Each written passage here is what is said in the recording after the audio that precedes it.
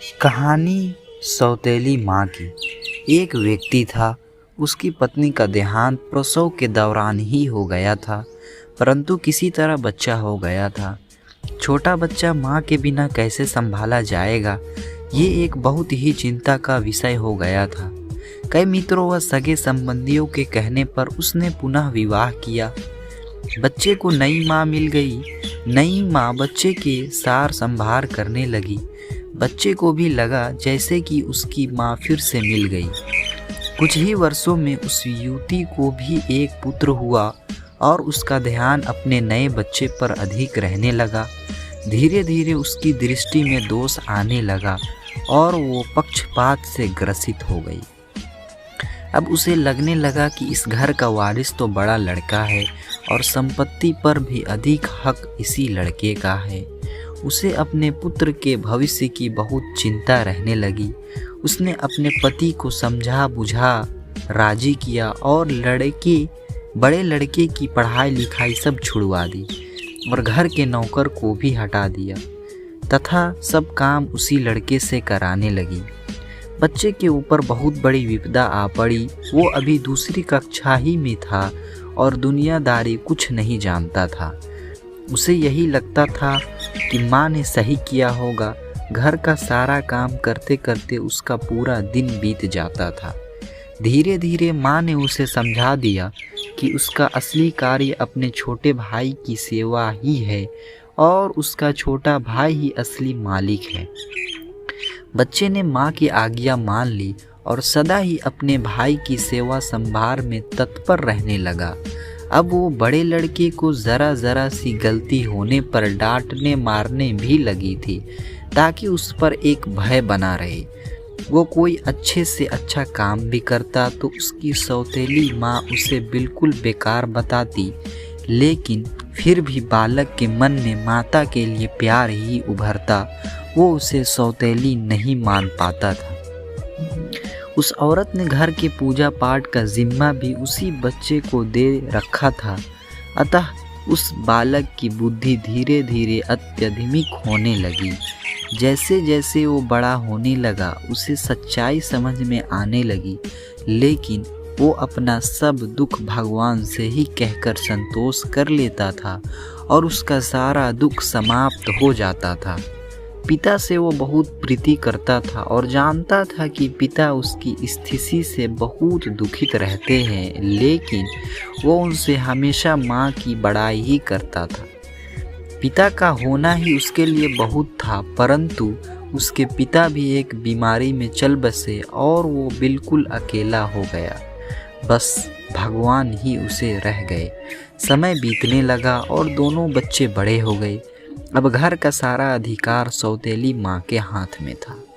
योजना के अनुसार बड़े बच्चे की शादी उस औरत ने बहुत ही गरीब व अनपढ़ औरत से करी तथा अपने पुत्र की बड़े घर में व पढ़े लिखे युवती से करी। उसने बड़े लड़के को नौकरों वाले घर में से एक घर दे दिया और उसकी पत्नी को भी बता दिया कि उसका असली कार्य मालकिन यानी छोटे बहू की सेवा करना है। छोटे लड़के के लिए उसने बहुत बड़ा भवन बनवाया था और स्वयं उसी में उन्हीं के साथ निवास करने लगी। बड़ा लड़का खुशी से अपना जीवन व्यतीत करने लगा और पत्नी के साथ माँ व छोटे भाई के परिवार की सेवा करने लगा। छोटे लड़के की स्त्री को उसकी माँ बहुत अखरती थी। उसे लगता था कि मालकिन उसे होना चाहिए।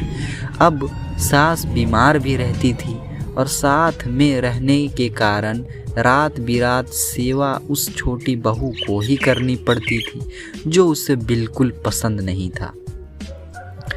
एक दिन पता चला कि सास को छूत की बीमारी हो गई है। ये जानकर तो छोटी बहू दूर दूर रहने लगी। उसकी आंखों में सांस खटकने लगी। उसने अपने पति से कह दिया कि इस घर में या तो वो रहेगी या उसकी माँ। छोटे लड़के पर अपनी पत्नी का जादू चढ़ा हुआ था। उसने अपनी ही माँ को घर से बाहर निकाल दिया और उसे वहीं नौकरों के घर में रहने को कह दिया। अब माँ भी वृद्ध हो गई थी और अचानक हुए इस घटनाक्रम से एकदम बदहवास हो गई।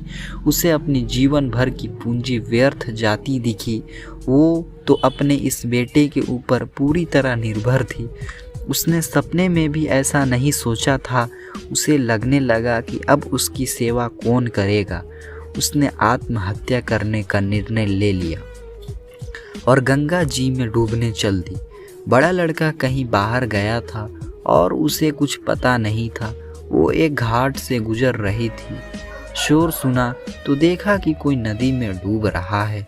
उसने भी छलांग लगा दी और जब बचा के लाया तो देखा कि ये तो उसकी ही सौतेली माँ है।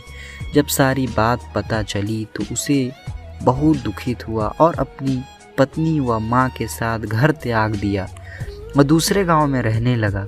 उसने अपने पत्नी के साथ माँ की बहुत सेवा करी और वो ठीक हो गई। वो लोग अच्छे से जीवन बसर करने लगे। एक दिन उसकी माँ से बड़ी बहू ने पूछा, माँ मुझे कुछ शिक्षा दे। तो सास की आंखों में आंसू भर आए। उसने मात्र इतना कहा कि बेटी, तुम्हारा पति तो भगवान के समान है और शिक्षा तुम्हें उससे ही लेनी चाहिए। मैं तो इतना ही कहूँगा कि किसी को भी पराया नहीं समझना चाहिए और जीवन में किसी के साथ इतना बुरा मत करना कि जब वो तुम्हारे साथ फिर भी भलाई करे तो तुम्हारी आत्मा को गवारा ना हो। दोस्तों, यही थी आज की वीडियो। उम्मीद करता हूँ मेरी वीडियो अच्छी लगी होंगी। दोस्तों, मिलते हैं नेक्स्ट धमाकेदार वीडियो में। और हाँ दोस्तों, सब्सक्राइब करना ना भूले। Thank you.